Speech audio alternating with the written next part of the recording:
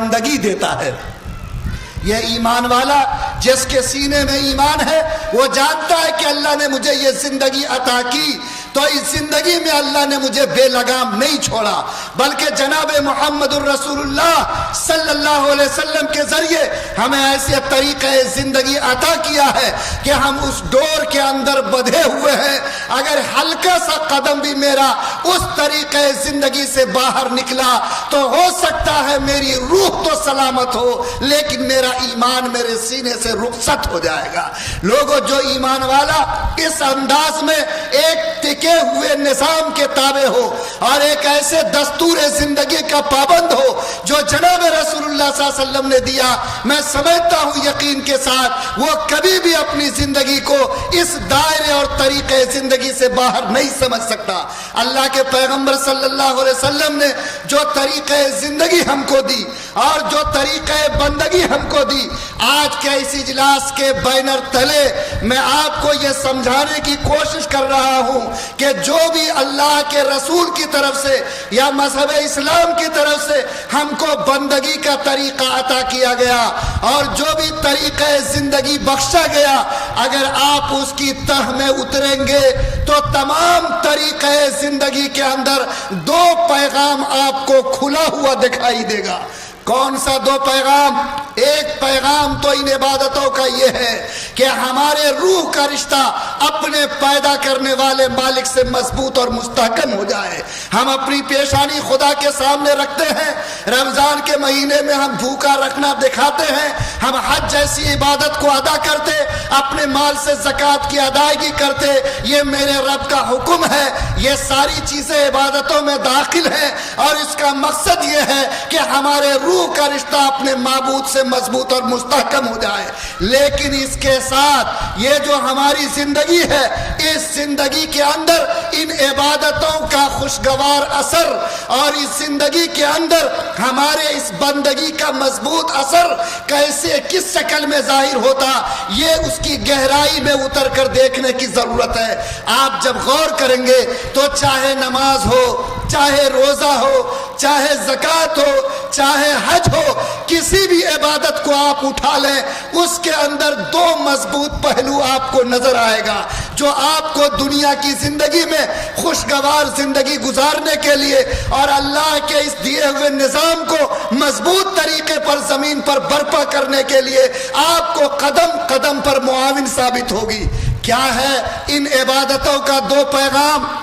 اللہ نے کہا کہ نماز پڑھو، لیکن فرمایا کہ تم نماز کو جماعت کے ساتھ پڑھو، پنجگانہ بھی جماعت سے پڑھو، جمعہ کی نماز بھی جماعت سے پڑھو، عید کی نماز بھی جماعت سے پڑھو۔ اللہ نے آپ کو روزے کا سسٹم دیا، حکم دیا کہ ساری دنیا کا مسلمان ایک مہینے میں ایک کی گنتی سے لے کر 30 تک کا روزہ اجتماعیت کے ساتھ، اتحاد کے ساتھ اور پوری قوت ایمانی کے ساتھ ایک حالت میں اور ایک طریقے پر ادا کرے گا۔ اللہ نے آپ کو زکوٰۃ کا سسٹم دیا، اس میں بھی پابند اس بات کا بنایا کہ آپ کو اپنے زکوٰۃ کے نظام میں اجتماعیت کے اصول کو اپنانا چاہیے۔ اللہ نے آپ کو حج کا نظام دیا، اس میں بھی ایمان والوں کو سمجھایا کہ ساری دنیا کے لوگ ایک مقام پر جمع ہو کر ایک طریقے پر اس بندگی کے کام کو انجام دیں گے۔ گویا جتنی بندگیاں اللہ نے میرے ذمہ لگائی ہے اس کا ایک پیغام یہ ہے کہ یہ ملت جو لا الہ الا اللہ محمد الرسول اللہ کے بنیاد پر کھڑی کی گئی، یہ دنیا میں جہاں کہیں بھی جیے اور جہاں کہیں بھی زندگی گزارے، اس کو اتحاد کے ساتھ، اس کو یکجہتی کے ساتھ، اس کو یگانگت کے ساتھ، اس کو محبت کے ساتھ اور اس کو لا الہ الا اللہ محمد الرسول اللہ کی بنیاد پر جم کر زندگی گزارنا چاہیے۔ یعنی اسلام تمام بندگیوں کے ذریعے اس ملت کو جو سب سے مضبوط پیغام دیتا وہ یہ کہ اے ایمان والو، اگر تم نے اللہ کے کلمے کو پڑھا ہے اور رسول کی ذات پر ایمان کو قبول کیا تمہاری ذمہ داری ہے وَاعْتَصِمُوا بِحَبْلِ اللَّهِ جَمِيعًا وَلَا تَفَرَّقُوا کہ اللہ کی رسی کو مضبوطی سے ایک بڑھ کر پکڑ لو، آپس میں نفرت کے چراغ کو بجھا دو، آپس میں توڑ کی دیوار کو ختم کر کے سارے لوگ کلمے کی بنیاد پر جو لا الہ الا اللہ محمد الرسول اللہ کا کلمہ ہے اس بنیاد پر متحد ہو کر زندگی گزارنے کی کوشش کرو۔ لوگوں بتائیے کیا ساری بندگیوں کا یہ پیغام ہم کو ملتا کہ نہیں ملتا؟ اللہ کے پیغمبر نے عرفات کے میدان میں 1.25 لاکھ صحابہ کو جمع کر کے کہا تھا کہ آج میں ایک بنیاد تمہارے لیے چھوڑ کر جاتا اور وہ بنیاد لا الہ الا اللہ محمد الرسول اللہ کا کلمہ ہے۔ اس بنیاد کے خلاف اگر کوئی بھی میرا ماننے والا اگر کوئی راستہ اختیار کرے گا تو وہ راستہ میرے نزدیک قابل قبول نہیں ہوگا، میرے نزدیک وہی راستہ قابل قبول ہوگا جو ایمان کی بنیاد پر ہو، جو کلمے کی بنیاد پر ہو اور جو اس ڈور کی بنیاد پر ہو جو ڈور اللہ تعالیٰ نے ہم تمام ایمان والوں کو عطا کیا ہے۔ لیکن آج بتائیے کہ یہ کلمے کی بنیاد ہلی ہے کہ نہیں ہلی ہے؟ ارے بولیے نا، ہلی کہ نہیں ہلی؟ آج 1000 بنیادیں ہم کو بانٹنے کے لیے کھڑی ہو گئی ہے۔ آج وہ قوم جس کو ذات کے نام پر بٹنے سے روکا گیا تھا، آج وہ قوم جس کو امیری اور غریبی کے نام پر بٹنے سے روکا گیا تھا، آج وہ قوم جس کو مسلک کے نام پر بٹنے سے روکا گیا تھا، آج وہ قوم جس کو کالے اور گورے کے نام پر بٹنے سے روکا گیا تھا، آج وہ قوم جس کو صوبے اور ملک کے نام پر بٹنے سے روکا گیا تھا، آج اس قوم پر یہ نحوست طاری ہو گئی کہ آج اس قوم نے کلمے کی بنیاد کو بھلا کر آج ذات اور برادری کے نام پر اپنی بنیاد کو کھڑی کیا۔ آج مسلک کی بنیاد پر انہوں نے 1.5 اینٹ کی مسجد بنائی، آج مختلف بنیادوں پر اپنے کو بانٹ کر آج وہ کلمے والی امت جس کو ایک بن کر زمین پر جینا چاہیے آج نفرتوں کی ٹولی بن گئی ہے۔ اور ایسی ایسی تقسیم اس کے درمیان ہے کہ دنیا جب اس قوم پر نظر ڈالتی ہے تو جتنے سارے بٹوارے دنیا میں ممکن ہو